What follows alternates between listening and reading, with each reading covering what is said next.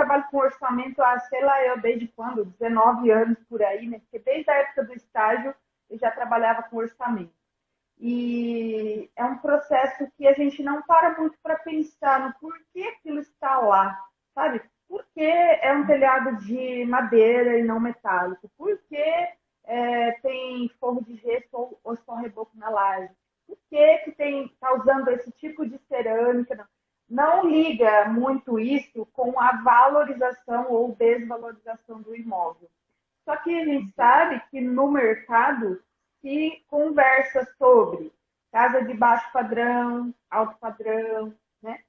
Isso tem a ver, essa coisa, essa classificação, né? Médio, normal ou alto, tem a ver com a avaliação? Sim, totalmente. Na verdade, quando a gente fala em avaliar um imóvel, a gente fala em extrair as características físicas, sejam elas qualitativas ou quantitativas, e transformar ela de uma forma numérica, que é o que nós chamamos de variável. Então, por exemplo, se você vai avaliar uma casa, você tem algumas variáveis importantes. E aí a gente usa um software de avaliação que vai ajudando ali, de acordo com a norma de avaliação, ver quais são os pontos mais importantes e valorizantes daquele imóvel em específico. Com base numa amostra de dados, a gente roda um modelo estatístico, e esse modelo estatístico nos permite ter certeza da hipótese que a gente constrói de essa variável faz sentido para esse imóvel. Mas, no geral, para simplificar, quando a gente fala em avaliação de uma casa, por exemplo, a gente tem várias coisas que influenciam no valor, que são, nós temos se é laje ou não é laje, se é laje ou forro, né? Isso, com certeza, é uma variável que influencia no valor do bem. Nós temos, muitas vezes não, sempre, a gente tem a variável padrão, que é isso, é o padrão, a gente pode usar o Sinduscom, por exemplo, como uma referência, né, na verdade, na avaliação. Você tem ali no Sinduscom de cada estado o padrão baixo, o normal e o alto. Só que a gente vê muito que a grande maioria dos imóveis, ele não é nem baixo nem normal.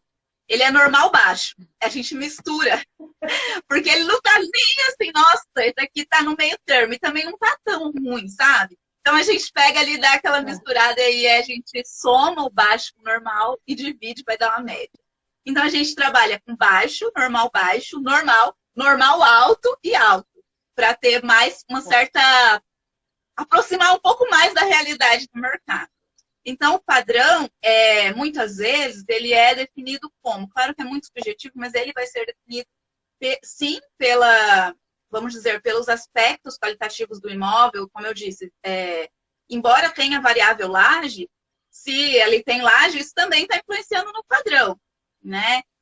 Os ambientes, eles são amplos, são arejados, tudo isso não são aqueles ambientes conjugados pequenininhos, isso também reflete no padrão. A área do imóvel é uma variável, mas ela também está interligada com o padrão, porque tende a ser um padrão maior quando aumenta a área. Então, nós temos variáveis em relação à garagem, como por exemplo, né, se você está fazendo um projeto, a garagem, ela vai sim afetar a valoração do imóvel. Ter garagem coberta, não adianta ser uma garagem que põe um pergolado em cima, para não dar a área construída, porque a gente não considera daí na avaliação como uma variável garagem. Agora, se você põe o teto lá, aprova no projeto, aí sim é uma variável que vai elevar o valor do imóvel possivelmente. Suíte também, se tem suíte ou não tem.